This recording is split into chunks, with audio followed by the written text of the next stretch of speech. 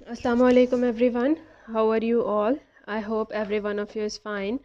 I'm here with another video lecture. My lecture number is 157 for Inter Part 1, जिसमें हम लोग unit number 6 chemical bonding के बारे में डिस्कस कर रहे हैं.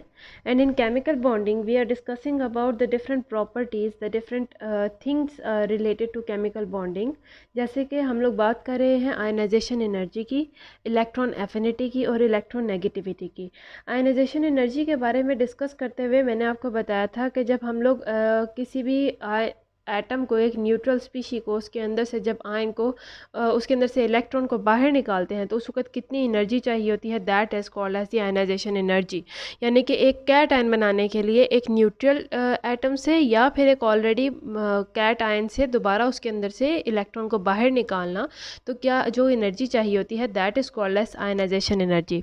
उसके बाद अगर हम बात करते हैं इलेक्ट्रॉन एफिनिटी की, इलेक्ट्रॉन एफिनिटी का मतलब है कि इलेक्ट्रॉन की अट्रैक्शन जो है किसी भी एटम की. सो जो आयनाइजेशन एनर्जी है और इलेक्ट्रॉन एफिनिटी है, basically these are two separate things, these are two opposite things. Ionisation energy में हम वो एनर्जी की बात करते हैं कि जब हम किसी भी एटम या किसी कैट आयन के अंदर से इलेक्ट्रॉन को दोबारा से निकाल देते हैं, that is called as ionisation energy. और इलेक्ट्रॉन एफिनिटी क्या है? वो एनर्जी रिक्वायर्ड जो रिलीज़ करता है एक एटम जब उसके अंदर किसी इलेक्ट्रॉन को ऐड अप किया जाता है. यानी कि जब कोई भी एटम अपने अंदर एक इलेक्ट्रॉन को एब्जॉर्ब करता है, एक या एक से ज़्यादा इलेक्ट्रॉन को एब्जॉर्ब करता है, तो उस वक़्त वो जो एनर्जी रिलीज़ करता है that is called as the electron affinity. जैसे कि क्लोरीन है, अगर हम लोग क्लोरीन की बात करते हैं, this is a neutral atom of chlorine in the gaseous state.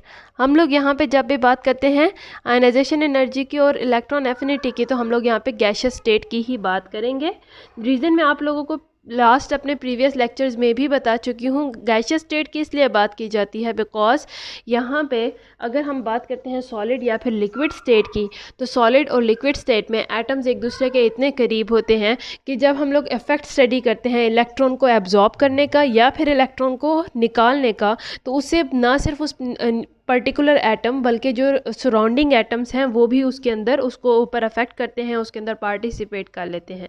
जबकि जब हम गैशियस स्टेट की बात करते हैं तो गैशियस स्टेट में एटम्स एक दूसरे से इतने सेपरेट होते हैं कि जब हम लोग इलेक्ट्रॉन को रिलीज़ करवाने की बात करते हैं या इलेक्ट्रॉन एब्जॉर्ब करने की बात करते हैं तो एक पर्टिकुलर एटम की बात कर सकते हैं, बिकॉज जो उसके नेबरिंग एटम्स होंगे वो इतने दूर होते हैं उससे कि वो उसके ऊपर कुछ ख़ास फ़र्क नहीं डाल सकते. सो यहाँ पे जो मैंने एग्जांपल दी है इक्वेशन की, that is for the chlorine. Chlorine का इनिशियली एक न्यूट्रल एटम था इन द गैशियस स्टेट. उसने एक इलेक्ट्रॉन को अपने अंदर एक्सेप्ट किया, एब्जॉर्ब किया, जिसकी वजह से वो क्लोराइड आयन में कन्वर्ट हो गया. क्लोराइड आयन भी नेगेटिव, उसके ऊपर नेगेटिव साइन है, means that is an ion, और ये भी गैशियस फॉर्म में है. इस टाइम पे जो एनर्जी रिलीज़ होती है इसको भी हम डेल्टा एच से रिप्रेजेंट करते हैं. आयनाइजेशन एनर्जी को भी हमने डेल्टा एच से किया था. For this delta H represents the energy release या एनर्जी एब्जॉर्बेंस, एनर्जी चेंज जो है. तो यहाँ पे जो एनर्जी रिलीज़ हुई है दैट इज़ -349 किलो जूल पर मोल.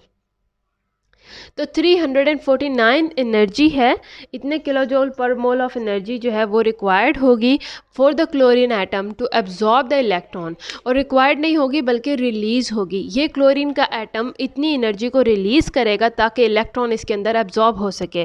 तो यहाँ पे चूँकि एनर्जी रिलीज़ हो रही है that is why it is marked here with the negative sign, क्योंकि एनर्जी यहाँ पे रिलीज़ होती है. अगर एनर्जी अब्जॉर्ब हो तो यहाँ पे हम पॉजिटिव साइन से इसको मार्क करते हैं, और अगर एनर्जी रिलीज़ होती है तो हम नेगेटिव साइन की मदद से इसको रिप्रेजेंट करते हैं.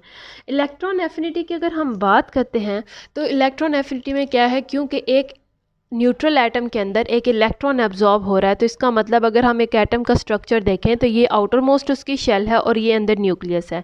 न्यूक्लियस के ऊपर हैं पॉजिटिव चार्जेस और आउटर मोस्ट शेल में जितने भी इलेक्ट्रॉन हो, तो बाहर से आने वाला जो इलेक्ट्रॉन है जब वो इस एटम के अंदर एंटर होगा, it will come on the outer most shell only. वो यहाँ पे आउटर मोस्ट शेल में यहाँ पे एंटर होगा. तो ये जो आउटर मोस्ट जो इलेक्ट्रॉन है उस पर न्यूक्लियस अपनी पॉजिटिव फोर्स रखेगा ताकि वो इलेक्ट्रॉन एटम के अंदर एंटर हो सके. तो जब हम बात करते हैं इलेक्ट्रॉन एफिनिटी की, तो यहाँ पे हम न्यूक्लियस की अट्रैक्शन देखते हैं आउटर मोस्ट इलेक्ट्रॉन पे, क्योंकि न्यूक्लियस के ऊपर पॉजिटिव चार्ज है और आउटर मोस्ट जो कमिंग इलेक्ट्रॉन है उसके ऊपर नेगेटिव चार्ज है। सो न्यूक्लियस ऑब्वियसली इस ऑपोजिट चार्ज को अपने ऊपर अट्रैक्ट करेगा अपनी तरफ। So this is the electron affinity कि उस टाइम पे जो एनर्जी रिलीज़ होती है।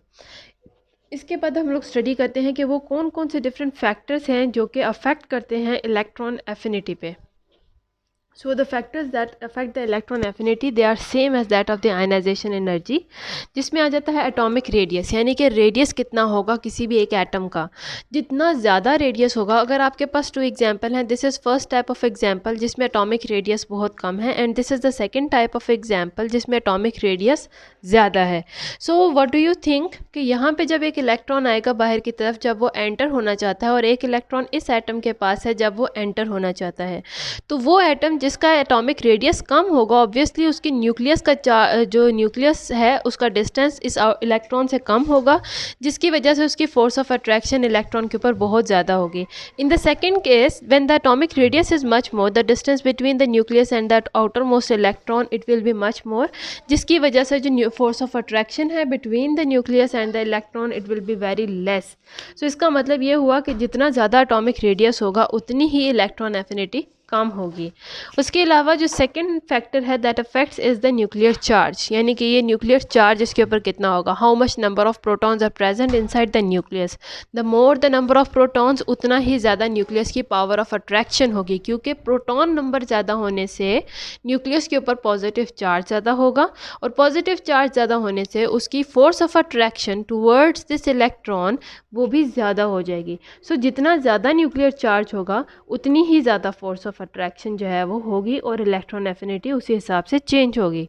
जो थर्ड फैक्टर है that is the shielding effect. Shielding effect क्या है कि यहाँ पे न्यूक्लियस और आउटर मोस्ट शेल में कितने मज़ीद आगे शेल्स प्रेजेंट हैं, जितने ज़्यादा यहाँ पे शेल्स प्रेजेंट होंगी इनर शेल्स, वो उतना ही ज़्यादा शील्डिंग इफेक्ट कॉज करेंगी। शील्डिंग इफेक्ट क्या है कि वो न्यूक्लियस को कवर अप कर लेंगे, ये शेल्स न्यूक्लियस को कवर अप कर लेंगे। न्यूक्लियस की जो फोर्स ऑफ अट्रैक्शन है towards the outer most shell, towards the outer electron, वो बहुत कम हो जाएगी because of being covered up.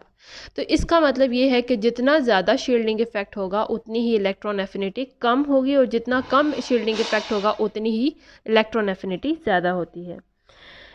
As the force of attraction between the valence electron and nucleus decrease, जैसे जैसे न्यूक्लियस की और वैलेंस इलेक्ट्रॉन इस आउटर मोस्ट शेल की फोर्स ऑफ अट्रैक्शन डिक्रीज होती जाएगी, जैसे जैसे एटॉमिक रेडियस इंक्रीज होगा वैसे ही इलेक्ट्रॉन एफिनिटीज़ भी उनकी डिक्रीज होती जाती हैं। Now I will tell you about the variation in the periodic table, कि पीरियोडिक टेबल में किस तरह से इलेक्ट्रॉन एफिनिटी का जो ट्रेंड है वो वेरी करता है, from where does it increase, from where does it decrease. So let us study.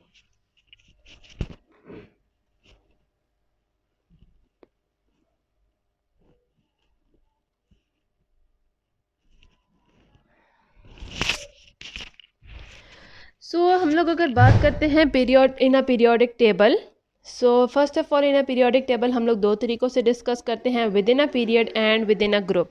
So let us see first of all within a period, what happens in a period. So in a period means moving from left to the right, means moving from this point to this point within the same period।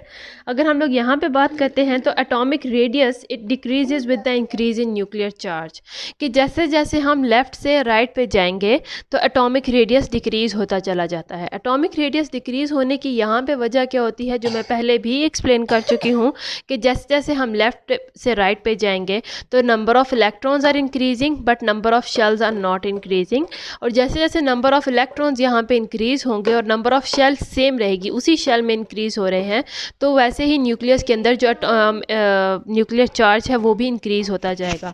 और जैसे जैसे हम left से right पे move करेंगे nuclear charge increase होगा। Nuclear charge increase होने से न्यूक्लियस की force of attraction towards the outer most electron बहुत ज़्यादा हो जाएगी, और जब न्यूक्लियर चार्ज ज़्यादा होगा ऑब्वियसली उसकी अट्रैक्शन ज़्यादा होगी, तो वो बाहर वाले इलेक्ट्रॉन जो हैं जो आउटर मोस्ट शेल में है उनको ज़्यादा अपनी तरफ पुल कर लेगी, जिससे क्या होगा कि atomic radius it will decrease when we move from left to right. Decrease क्यों हो रहा है? Because of the increase in the nuclear charge.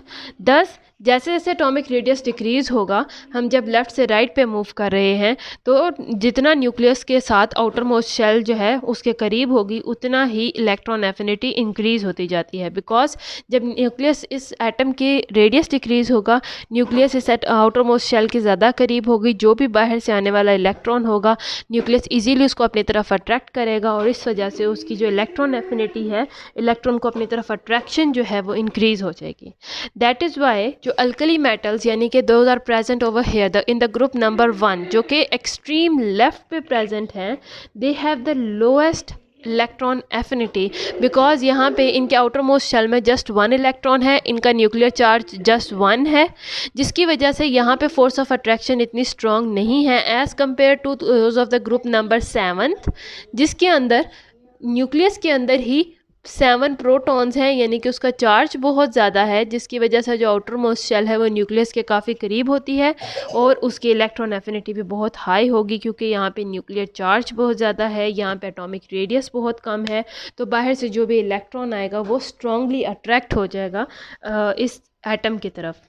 So this is how the with in a period, एक पीरियड में, this is the same case in all the periods, चाहे आप period number 1 की बात करते हैं, पीरियड नंबर 5 की बात करते हैं, उनमें सेम ट्रेंड शो होगा कि लेफ़्ट साइड पे इलेक्ट्रॉन एफिनिटी बहुत कम होगी, और जैसे जैसे हम लेफ़्ट से राइट साइड पे मूव करेंगे, इलेक्ट्रॉन एफिनिटी इंक्रीज़ होती चली जाती है with the increase in the nuclear charge and decrease in the atomic radius. Now when we talk about a group, this was about the period. Now when we talk about a group, what happens within a group, let us see.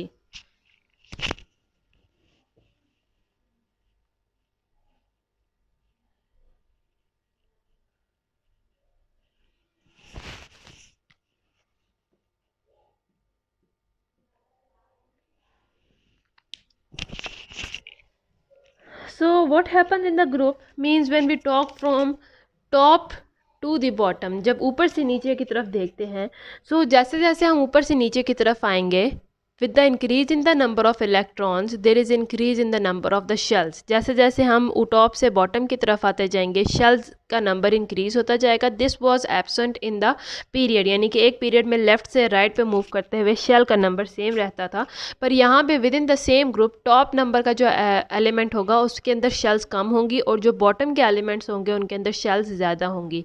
जब shells ज़्यादा हैं तो इसका मतलब क्या आपको देखने को मिलेगा, शील्डिंग इफेक्ट। शील्डिंग इफेक्ट की वजह से क्या होगा कि जो न्यूक्लियर का पावर थी, न्यूक्लियर का जो चार्ज था on the outer most shell, वो बहुत कम हो जाएगा, जिसकी वजह से जो एटॉमिक रेडियस है वो इंक्रीज़ हो जाएगा।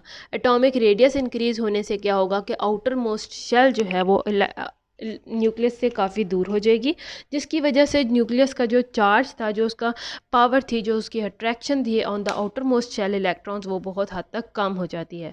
इसका मतलब क्या हुआ कि जैसे जैसे हम टॉप से बॉटम की तरफ जाएंगे, यहाँ पे न्यूक्लियर चार्ज कम हो रहा है on the outer most shell, इसका मतलब इलेक्ट्रॉन एफिनिटी भी कम होती चली जाएगी। With the increase in the number of the shells, the electron affinity decreases. तो because of this, because of the shielding effect, जब एटॉमिक रेडियस इंक्रीज होगा, nucleus का इफेक्ट जो है, जो वैलेंस इलेक्ट्रॉन यानी आउटर मोस्ट इलेक्ट्रॉन पे है, वो भी डिक्रीज हो जाएगा, जिसकी वजह से क्या होगा कि electron affinity it decreases from top to the bottom. Top वाले एलिमेंट्स में इलेक्ट्रॉन एफिनिटी ज़्यादा होगी, within the same group जब हम बॉटम में जाएंगे तो उनके अंदर इलेक्ट्रॉन एफिनिटी बहुत कम होगी।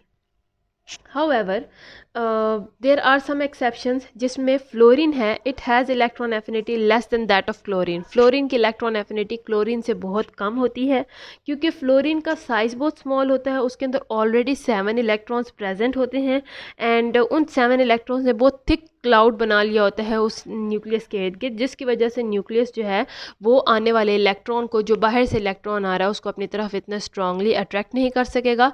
सेकेंडली, वो जो क्लाउड होगा वो ख़ुद उस आने वाले इलेक्ट्रॉन को, क्योंकि वो सेम चार्ज के हो जाएंगे, इलेक्ट्रॉन का क्लाउड है, नेगेटिव है, आने वाला इलेक्ट्रॉन भी नेगेटिव है, तो उनके दरमियान में फोर्सेस ऑफ रिपल्जन क्रिएट हो जाएंगी, जिसकी वजह से फ्लोरीन की इलेक्ट्रॉन एफिनिटी कम होती है एज़ कम्पेयर टू क्लोरीन। इसी तरह अगर हम लोग बात करते हैं group number 2 A, group number 5 A and group number 8, वो भी लो वैल्यूज़ दिखाते हैं in every period of periodic table, because of their difference in the electronic configuration. वो भी इस ट्रेंड को प्रॉपरली फॉलो नहीं करते हैं। So this was all about the electron affinity. उम्मीद है आपको आज के लेक्चर की समझ आई हो। अगर यहाँ तक कोई भी प्रॉब्लम है तो you can discuss with me in the comment section. I am here to help you out and see you soon in my next video. Till then, अल्लाह हाफिज़।